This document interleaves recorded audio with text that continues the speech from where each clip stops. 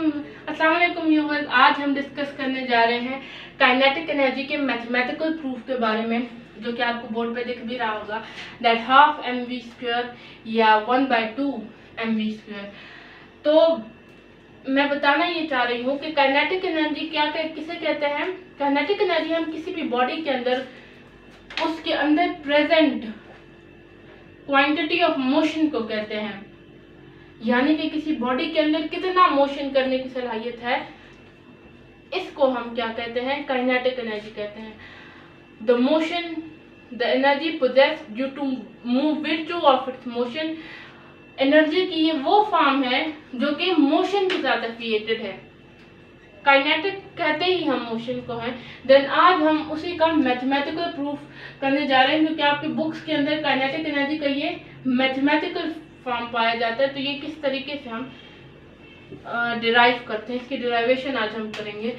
तो आप सपोज करें कि हमारे पास एक बॉडी है। अब देखिए, ये हमारे पास एक बॉडी है।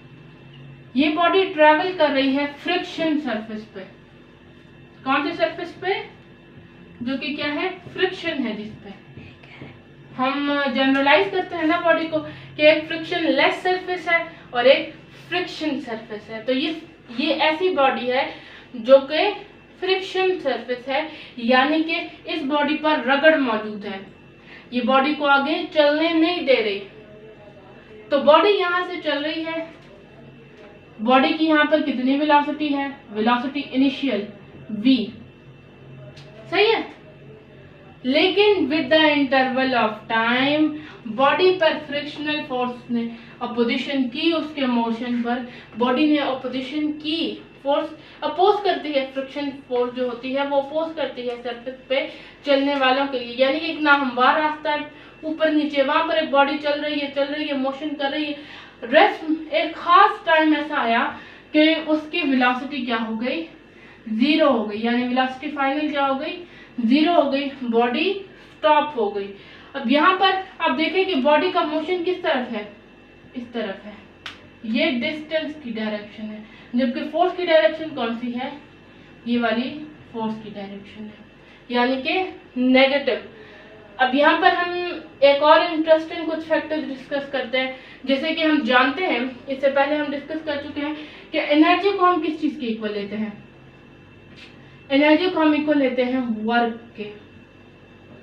तो हम काइनेटिक एनर्जी को भी वर्क के इक्वल ले सकते हैं ना? यस, ले सकते हैं। देन कहीं पर अगर आपने क्या देखा, Fs, then it is equal to kinetic energy. They are some equation जो कि आपको क्या रखने पड़ेंगे, याद रखने पड़ेंगे। मैं इसे बॉक्स में बंद कर देती हूँ ताकि आपको और याद रहे। इसके अलावा यहाँ पर हमें याद है that second equation of motion क्या है हमारे पास, F is equal to ma। This is what, this is Newton second law of motion.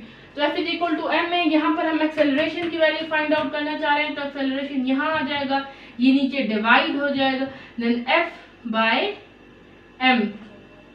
ये क्या है हमारे पास, वैल्यू आ गई एक्सेलरेशन की। तो अब हम यहाँ आते हैं और यहाँ पर हम लेते हैं थर्ड इक्वेशन ऑफ मोशन। क्या चीज लेंगे हम थर्ड इक्वेशन ऑफ मोशन को। यहाँ पर आई रिमेम्बर कि यहाँ पर नेगेटिव साइन आएगा due to deceleration. Body की एक्सेलरेशन कम हो रही है with the interval of time, क्योंकि फाइनल वेलोसिटी 0 है हमारे पास। तो यहाँ पर क्या आएगा, नेगेटिव साइन आएगा ड्यू टू डी एक्सेलरेशन। तो यहाँ पर हम क्या लेंगे, थर्ड इक्वेशन ऑफ मोशन लेंगे।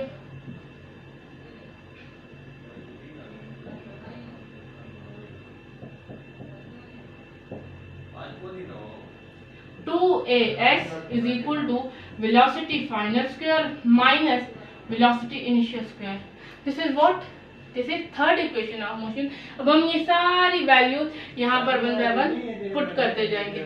जैसे कि 2a की एक्सेलरेशन की वैल्यू क्या है हमारे पास, -f बाय m, और यहाँ पर s अपनी जगह। वेलोसिटी फाइनल की वैल्यू क्या है हमारे पास, 0 पे स्क्वायर, माइनस वेलोसिटी इनिशियल की वैल्यू क्या है हमारे पास, v²। देन अब आप देखें यहाँ पर क्या होने जा रहा है, ये 2 इसके साथ मल्टीप्लाई हो जाएगा, लेकिन इससे पहले हम कुछ और चीजें सॉर्ट आउट कर लें, जैसे कि इन्हें सिंपल कर लें। Then 2f/m into s is equal to -v²। ये अब हमारे पास इस फॉर्म में आ गया है, यानी कि इसको हमने ऐसे ही रखा है, ये जो है ये माइनस में है, s -v²। अब ये जो माइनस का साइन है ये बाहर आ जाएगा, यानी कि ये बन जाएगा -2f/m into s is equal to -v²। अब दोनों साइड पे माइनस का साइन आ गया है ना, तो ये माइनस और ये माइनस क्या हो जाएंगे, कैंसिल आउट हो जाएंगे।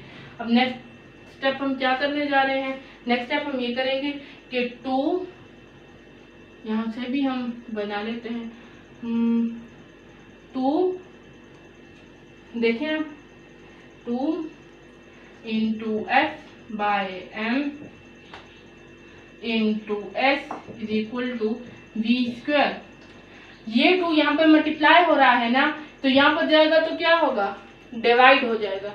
Then dividing 2 on both side, then it become f into s divided by m is equal to v² into 1/2। सही है, डिवाइडिंग 2 ऑन बोथ साइड के बाद हमारे पास ये स्टेप आया कि हमने दोनों साइड पे 2 को सपोज करें आप डिवाइड कर दिया है, तो मैंने इस 2 को अलग से लिख लिया, देन ये 1/2 बन गया है। अब ये m यहाँ पर क्या है, ये मास है, तो मास यहाँ पर डिवाइड हो रहा है, वहां जाएगा क्या हो जाएगा, मल्टीप्लीकेशन की फॉर्म में आ जाएगा।